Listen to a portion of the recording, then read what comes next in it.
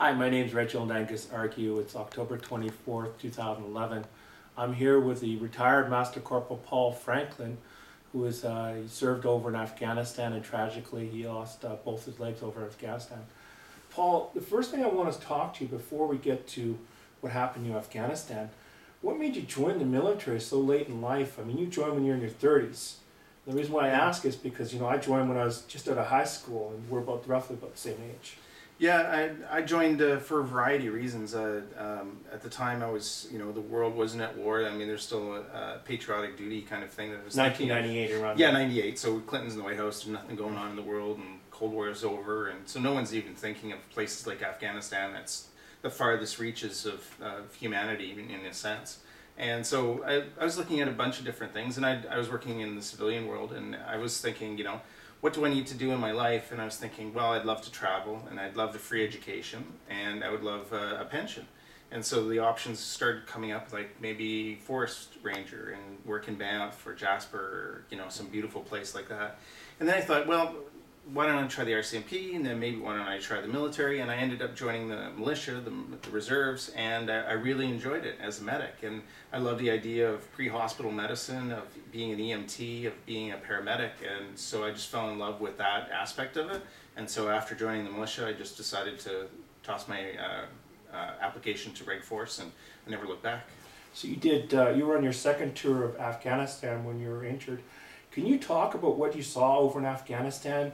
What kind of legacy, at the same time, what kind of legacy do you see that Canadians leaving Afghanistan now, as there are, we've had the end of combat, we have support troops left there, but what do you see Canada leaving? Well, if you look, if we go back a little bit in history, 2001, Afghanistan had refugee camps all around the region, in Iran, in Uzbekistan, Tajikistan, and Pakistan. And literally millions of people are living outside the country because they can't handle the Taliban, because they're just so evil, and they're cutting fingers off kids and cutting noses off women, and throwing acid in little girls that want to go to school. And these are the things that I actually saw. So if you look at 2001, the GDP, or it was worth about $2 billion. If you look where it is today, it's $25 billion for a population roughly the same size as Canada. Where can Afghanistan go? Well, it's already done fairly well. Those refugee camps that I was talking about are all closed. So that means everybody's gone home. So Afghanistan has improved enough that someone in a refugee camp says, I would like to go home. And that's a huge, significant step. The next step is good governance, police, good order, good judiciary. Well, it takes generations for that to happen. So it's going to take a long time for that to happen. So where I see Afghanistan in 50 years is the exact same place that Korea was 50 years ago. So 1953, Korea was wiped out. I mean, it was decimated by the North. There was a war. There was the Japanese occupation before that, Chinese occupation. So for literally maybe about 50 years, they were just brutalized. So they were the basket case of Asia. And then now you look at it, and South Korea, which again has the same population as Canada, is doing amazingly well. They're a great democracy. There was student riots in the 80s and 90s. There was military coups in the 60s and 70s. But it took 50 years to get to that level. The question is, can Afghanistan get to that level? And I think it can, but it is going to take 50 years. There's nothing immediate about a country that's at the bottom level of humanity, when the average life expectancy is the same age as we are, 44. Do you see actually Afghanistan, as they're struggling to move forward, do you feel that there's still a lot of corruption that needs to be corrected within Afghanistan? Oh yeah, without a doubt, there's corruption. But then we can look at Canada, and we could look at ad scam, $1 billion. We can look at Brown Mulroney, a couple, $1 million, if not more. We can look at a whole bunch of issues in Canada alone. And if we are the best country in the world, and we still have these levels of corruption at high levels, then how can we expect Afghanistan to be any different? Yeah. We can't. Humanity is humanity. What we can expect is hopefully that the election process is fairly consistent, and then hopefully innocent people don't go to jail and don't get injured in the process. The real problem for Afghanistan, though, is its location. The fact that Pakistan wants to have an unstable Afghanistan because that helps in their fight against India, and so it's much more susceptible to changes based on Pakistan's needs. So the Pakistan problem is really the problem in Southeast or Southwest Asia. It's not so much Afghanistan. Afghanistan is pretty much the symptom of the disease. Do you see the irrigation system improving to where it was prior to the Soviet Union occupying it? Because I know when the Soviet Union was occupying Afghanistan, there was a lot of stories floating out that apparently they poisoned a lot of water holes and stuff like that. Do you see that the Canadians and Americans have been able to regain some of those water holes that have been poisoned and actually create other irrigation, so they're starting to bring the crops back to the people? Well, Afghanistan used to be considered the bread basket of India. Pomegranates, grapes, bananas, wheat, you name it. Right now the problem though is the farmers need cash crops, and so that's why there's drugs and marijuana being sold, because as the West dumps seed on them because they want to give them seed to grow food for themselves, it actually lowers the commodity price. Yeah. And so now all of a sudden a wheat product that was worth, say $25 for a bushel is now down to $2 because everybody's making wheat. So you might as well sell them marijuana and the whole spiel. So what Canada's done is there's a dam in Kandahar that they actually rebuilt, and it's an old Soviet dam, and I think it was originally built by the Americans in the 1950s, and the Soviets had redesigned it in typical Soviet fashion, and it was pretty robust, but years of neglect and years of abuse kind of destroyed it. So now the irrigation system is back on track, and a friend of mine in Kandahar, Nayaz, he always tells me that that's the one thing, the one commitment that Canada will always have to Afghanistan. It'll always, when you make a desert grow, you really help the people, and there's no Canadian flag on the dam. It's just people know that that's what happened. And over the years, Canada's involvement in things like Afghanistan will be forgotten as World War II and Korea and everybody else takes credit, or even Libya, where the Americans take credit, and yet it was a Canadian-led mission. And we do what we do, and we step back and let people take the credit, because that's what we do best. I think that's basically one of the, it's interbuilt within every Canadian is the exact same way. But if we can fast forward over to January 15th, 2006, I know that this date is probably is actually the most tragic date in your life. Can you talk a little bit about that and when the suicide bomber attacked your convoy? Do you mind talking? No, of course, I do this all the time, and I guess let's talk a bit about who the suicide bomber was. He was a Pakistan national from Afghan families. He grew up in Quetta. He actually went to Mullah Omar's mosque, which is the head of the Taliban. He graduated from suicide bombing class in September of 2005. He then snuck across the border in about December 2005. And then he started working with the training group with Pir Mohammed and a couple other guys. And then through that, they knew that by targeting the diplomat in the Canadian mission, because Glyn Berry, the diplomat that died in my attack, was so senior that they could actually change, their hope was to change Canada's foreign policy. So in the end, when Glyn Berry died, they actually did change Canada's foreign policy, and Canada has had, the foreign affairs departments actually had to have a step back. They don't send senior diplomats, they don't send as many people, and as many people didn't want to go because they didn't want to die. And they would rather do other stuff in, say, Africa or Asia, and they just didn't want to go to Afghanistan to die for what they didn't see. So the soldiers' missions changed completely because of my driving, and it's something that I also have to weigh in. So we were going from the airport down to the provincial reconstruction team, and we were in a 4-vehicle convoy, and I was the second vehicle, our diplomats in behind me. And Jeff Bailey calls a car right just at the last moment, and so I see it just out of the corner of my eye, and I swerve a little bit, and that swerve caused the suicide bomber not to hit us in a T-bone, but to hit us in the back of our vehicle. He then exploded the equivalent of 56 kilos of explosive, and blew himself up, blew my vehicle, which is armored and flying through the air. I pop out, I lose my left leg instantly, burns to my hands and face, and my right leg's all destroyed.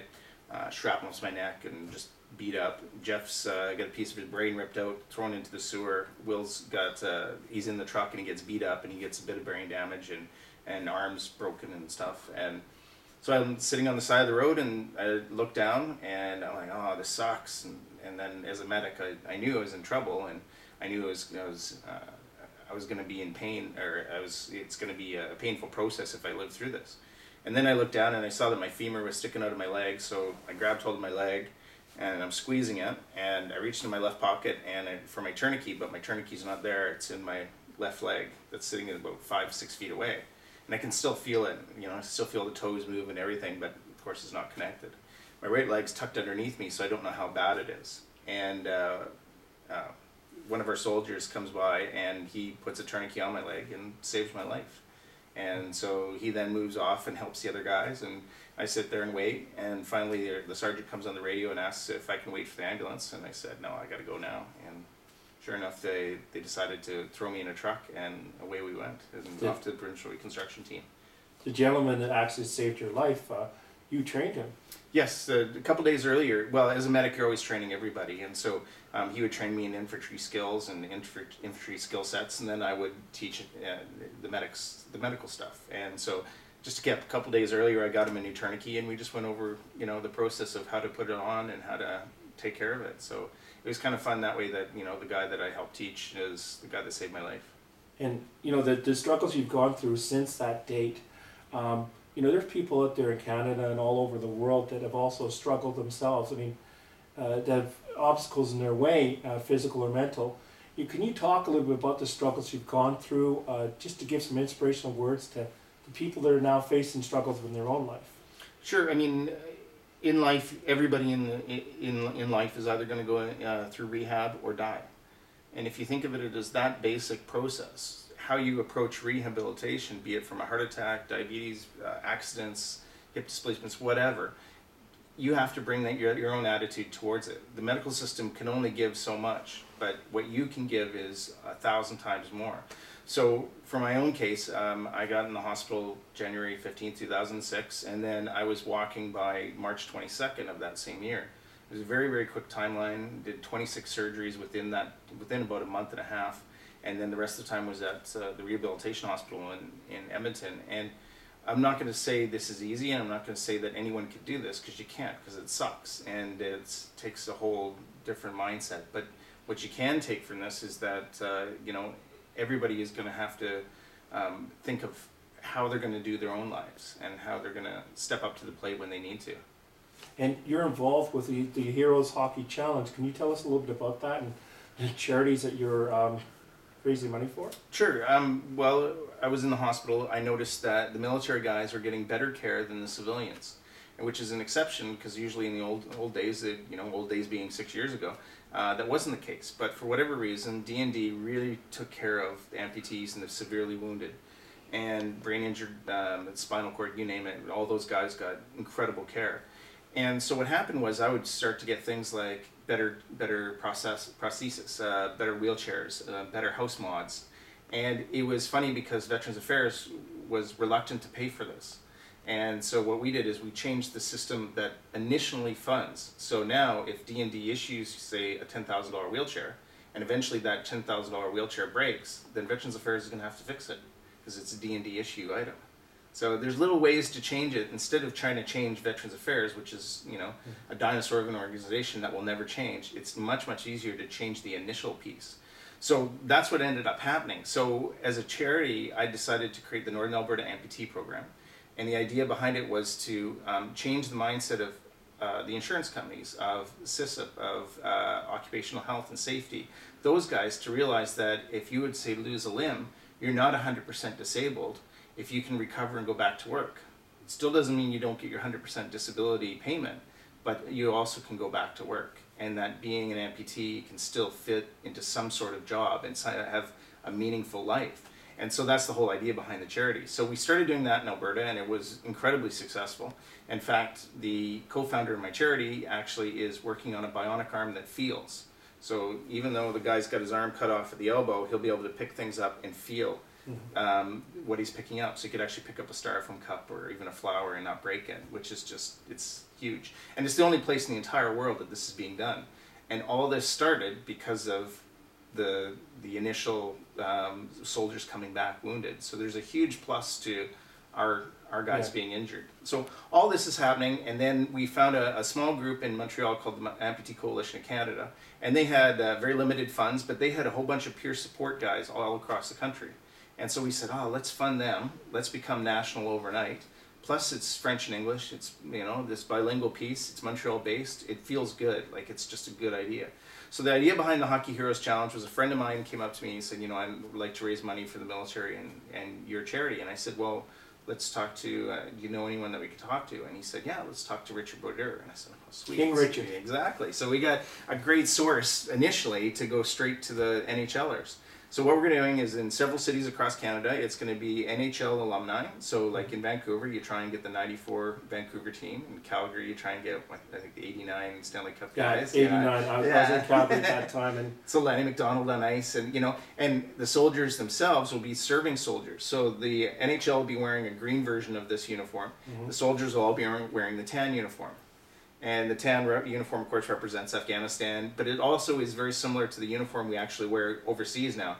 It's no longer the typical uniform that you see. It's a dry fit shirt, and then just the sleeves themselves are camouflaged. so are both uniforms going to be available for people to purchase? Both Yeah, pieces? so all you do is go hockeyheroeschallenge.com, and it's on the website, and you can just go to the store and purchase a uniform if you want. So it's pretty cool. Do the people that have Richard Brodeur very highly because they're fans of him, or other hockey players that are going to be participating, would it be possible for the people involved with your organization, every city that you go to, if you can get different hockey players to sign it and then offer it to the fans to purchase it, would something like that be? Oh, definitely. And there's going to be a gala dinner before each event, or it may be after, depending on timelines and locations. But what we'll be doing is anyone will be able to buy a table or whatever, and there'll be a silent auction, and there'll be all sorts of different things from team signed jerseys to Richard Brodeur jersey to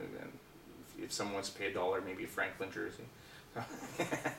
No, but just little stuff like that. And then the whole idea is that 75% of the funds goes to the Military Family Resource Center and the Military Family Fund, which directly helps wounded soldiers and their families. And that's why it's such a good charity. There's so many charities nowadays, you always have to be careful about it. And it's nice that, my charity, which I know is transparent, and then you have this, military families and all the rest of it, and that's completely transparent. And that's great to see. And could you give the website again to where they can go to take a Sure. look at this? Just heroeshockeychallenge.com. And would you like to leave some last inspirational message? Because there's people all over that have, like I was saying earlier, their own obstacles in their lives and how they're able to overcome it. Can you give some inspirational words to say to people like, look, life is so beautiful. Don't just think because you got this invisible wall in front of you that you can break through it, and life is a lot better if you could break through it and continue on.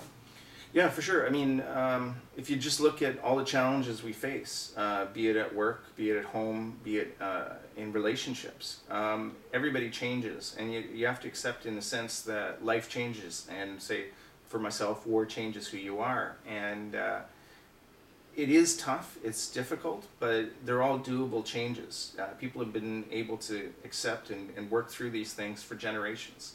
And anything from post-traumatic stress disorder to traumatic brain injury to cancers to you name it, everybody's able to eventually succeed out of that through a lot of perseverance and a lot of difficulty. But in the end, they become better because of that, and the people around them become better. So the biggest thing that I always say is look at your loved ones. It's not about you yourself, it's about those people around you that matter more than you do. Well, thank you very much there, Paul, for this interview. You're welcome. Thanks.